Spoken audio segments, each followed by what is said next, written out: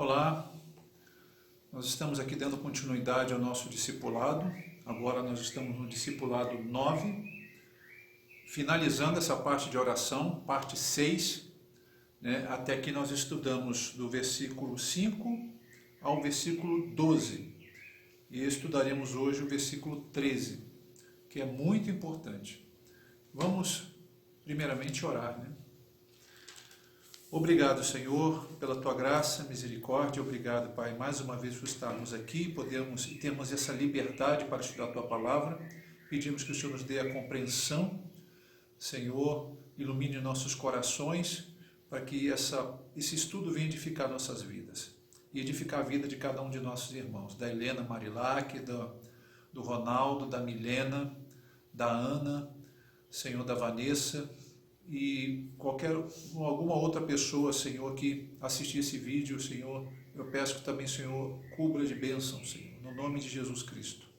Nós buscamos conhecer a Tua vontade por meio da Tua Palavra e agradecemos por essa oportunidade, Senhor, em nome de Jesus. Amém.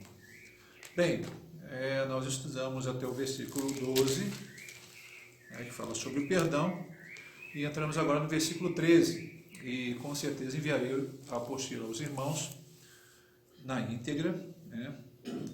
O que eu vou falar aqui, a boa parte se encontra na apostila. Qualquer pessoa que desejar pode pedir, que eu envie. Bem, versículo 13 é o seguinte: não nos deixe cair em tentação, mas livra-nos do mal. Os textos mais antigos, ele não tem esse pedacinho aqui, que é pois teu é o reino, o poder e a glória para sempre. Então eu não vou comentar essa parte da oração, apenas a parte que fala da tentação. E diz o seguinte, não nos deixe cair em tentação, mas livra-nos do mal. Bem, primeiro é importante frisar, e vocês verão isso na apostila, que a palavra tentação pode significar também testar, como provar ou experimentar. O texto, a tradução correta seria assim: não nos induzas à tentação. Não nos induza à tentação. É como Deus vai nos induzir à tentação? Então nós entendemos da seguinte forma, que a palavra pode significar testar ou provar. Visto que a oração modelo refere-se basicamente à vida espiritual, logo concluímos que a tentação, na verdade, é uma prova, um teste. E Deus pode permitir sim, e com certeza. Jesus ele foi levado pelo Espírito ao quê? Ao deserto, onde foi tentado pelo diabo. Existem algumas verdades que precisamos aprender. Isso é de suma importância. Primeiro, o experimento da fé. Por que Deus nos prova se Ele já sabe o resultado? É interessante isso. Ele sabe, mas nós não sabemos. Essa é a grande verdade. As provas, os testes, não servem para revelar nada ao Senhor, mas a nós mesmos. Não geram benefícios ao Senhor, mas a nós mesmos. Pedro, em sua carta, fala do valor da fé. 1 Pedro 1, do versículo 5 ao 7. Pedro ensina que, assim como o fogo prova o ouro, purifica o ouro, as provas da vida purificam a nossa fé. Eliminando todos os resíduos de impurezas, coisas que não condizem com a fé genuína. Isso é muito importante, Porque, na verdade, Pedro está querendo dizer, e se nós formos ler ali o texto na íntegra ali, e fazer estudá-lo a fundo, nós veremos o seguinte, que Pedro está ensinando que a verdadeira fé, ela é como um vaso de barro. Como é que o vaso de barro ganha consistência? Ele ganha consistência no fogo, quando ele vai para o forno. E quando ele está no forno, ele ganha consistência. E a fé, ela trabalha dessa mesma forma.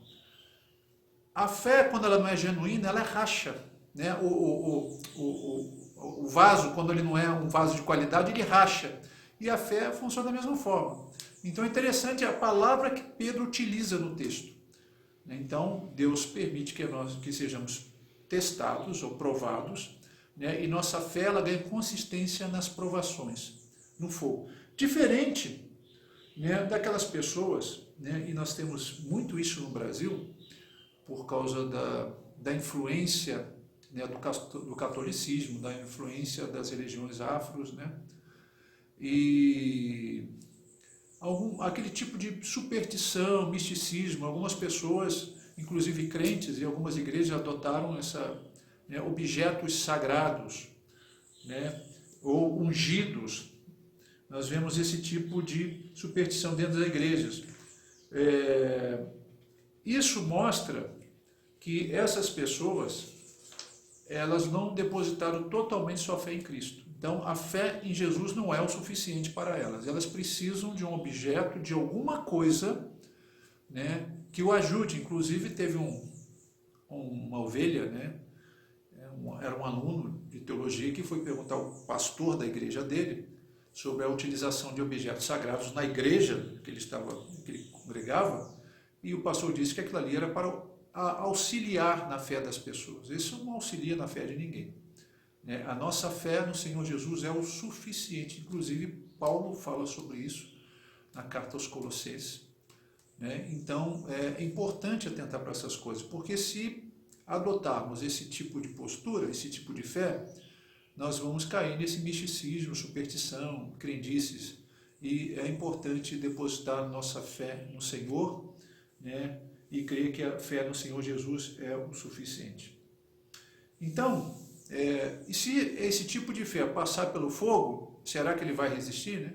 Porque se ela precisa de algum objeto, precisa de alguma coisa para auxiliá-la na fé, com certeza não vai ajudá-la, né? Então, é por isso que é importante, nessas horas que nós vemos, né, que a fé genuína ela suporta ao fogo da provação. Enquanto o Senhor depura a nossa fé, nós pedimos, não nos deixe cair em tentação, né? Não nos deixe que venhamos ceder a essas provas, né? Deus está nos colocando à prova, então não nos deixe cair no meio dessas provações, no meio desses testes, né? Nós pedimos a graça de Deus para que venhamos suportá-las. A segunda coisa importante, eu comecei falando, né, do experimento da fé, é que a causa, Deus nos prova. Se cairmos, a causa somos nós, e não fatores externos. Isso é importante. É importante salientar que a fonte da tentação não é Deus, e sim a nossa cobiça, nosso desejo, e não tem nada a ver com Deus. É verdade que Deus permite, como aconteceu com Jó. Tiago deixa isso bem claro em sua carta. Ninguém ao ser tentado diga, sou tentado por Deus, porque Deus não pode ser tentado pelo mal, e ele mesmo a ninguém tenta. Ao contrário, cada um é tentado pela sua própria cobiça, quando esta o atrai e seduz. Tiago 1, 13 a 14. Como assim? Como é? Deus nos leva para o teste, para a provação, mas não é ele que nos tenta, não, de forma alguma. Ele permite, né, que passemos por isso. A nossa fé ela é depurada. Se você cair durante o teste, a provação, a culpa não é de Deus, a culpa é sua. E talvez seja importante você aprender isso. Como eu falei, né? Deus já está sabendo do resultado, você talvez não saiba do resultado. E isso nos deixa mais humildes e dependentes do Senhor. Isso é muito importante, para que não venhamos culpar a Deus. A culpa somos nós. Alguns teólogos da prosperidade, nós vemos isso em algumas igrejas, inclusive igrejas mais neopentecostais, eles dizem que a causa do mal na vida do homem é o diabo, né? Então, são os demônios que atuam no casamento, na vida financeira, né? Nos relacionamentos. Então, ele não obtém sucesso porque há demônios ali atrapalhando.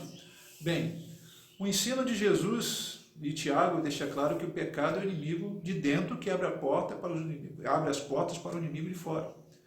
Então não adianta amarrar o diabo, pisar na cabeça do inimigo, prendê-lo numa garrafa PET, derrubá-lo com uma flecha de fogo, se o crente não vigiar e orar pedindo ao Senhor auxílio a fim de manter uma vida santa.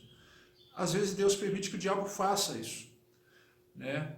Mas você tem que resistir e tem que confiar em Deus, não nas suas armas, mas nas armas que o Senhor já te concedeu. Então nossa fé é aprovada. São fatores externos, mas Deus permite que isso aconteça.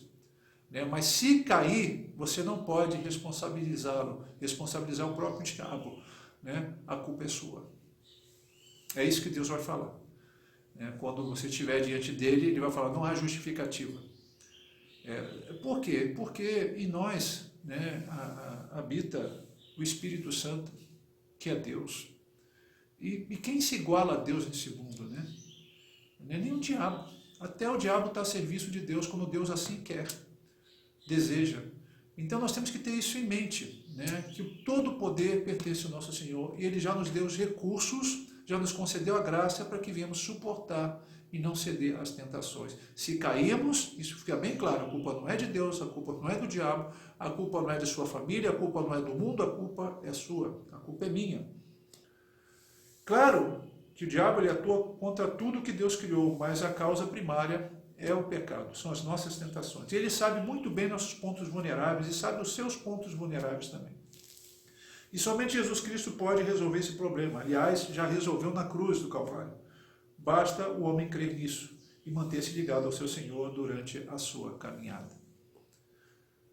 Outra coisa interessante aqui nesse texto, a oração, aprendemos 3 coisas importantes. A primeira é o experimento da fé. A segunda, a causa somos nós, só nesse trechinho do versículo 13. Agora a terceira lição. A oração não visa pedir a Deus que nos preserve da tentação, mas na tentação. Isso foi, né, eu falei no início, inclusive, né, eu cheguei a comentar um pouquinho. Interessante porque alguns estudiosos sustentam que os judeus, isso é interessante, dedicavam a parte da tarde para orar nesse sentido. Eles oravam pedindo o seguinte, não levas o meu pé para o poder do pecado, e nem me tragas para o poder da iniquidade, e nem para o poder da tentação, e nem para o poder de qualquer coisa vergonhosa. É o mesmo princípio da oração modelo, não nos deixe cair em tentação, mas ajuda-nos a suportá-la firmemente. Nós temos o exemplo do apóstolo Pedro, registrado por Lucas. Jesus disse, Simão, Simão, eis que Satanás vos reclamou para vos peneirar como trigo. Eu, porém, roguei por ti, para que a tua fé não desfaleça, não cesse. Tu, pois, quando te levantar, te converteres, fortalece a teus irmãos. Então Jesus falou, eu vou rogar por você, mas não vou livrar você disso. Você vai ser peneirado como trigo, como um agricultor, ele vai separando a palha do trigo. Aqui encontramos a mesma ideia do fogo que purifica o ouro, de puro ouro. É dessa forma que Deus vai tirando a palha de nossas vidas. Então Jesus falou, olha, eu não vou livrar você dessa, mas eu vou rogar por você. Para quando você, a nossa tradução diz, quando você se converter, na verdade é se levantar. Ele vai se levantar diferente e vai ajudar os irmãos dele, os outros discípulos e outros seguidores de Jesus. Bem, Jesus não rogou para que Pedro fosse isento da provação, ou preservado da provação, e sim para que ele fosse preservado na provação. Então, não é correto pedir ao Senhor que nos preserve de tal forma a ponto de nunca passarmos por provações, mas que nos preserve durante o período de aprovação, para que não cedamos ao pecado, nem vacilemos. Então, essa aqui é a ideia do Pai Nosso, e assim nós encerramos essa parte do estudo da oração. O Pai Nosso, como eu falei, foi um título dado posteriormente. Na verdade, essa oração não tem nome, ela só é apenas um modelo que serve de modelo para nós. Quando nós estivermos orando, temos um modelo de oração, temos outros elementos que Paulo adicionou, como a gratidão. Isso é muito importante também. Tá ok? Então, que Deus nos abençoe. Vamos orar para encerrar. Obrigado, Pai, mais uma vez por esse momento. Obrigado, Senhor, mais uma vez por podermos, como igreja, Senhor, aprendermos um pouco mais da Tua Palavra e coisas tão importantes para a nossa vida, Senhor. Às vezes entramos em desespero, numa questão de uma provação, numa luta, e o Senhor está lá depurando a nossa fé, está nos conduzindo a uma espiritualidade, Senhor, mais elevada, posso dizer assim, um crescimento espiritual, melhor dizendo. E nós agradecemos por isso, Senhor. Que o Senhor continue nos preservando na tribulação, nos ajudando, Senhor, diante das adversidades, para que, Senhor, cresçamos ainda mais para a Tua glória e para o Teu louvor.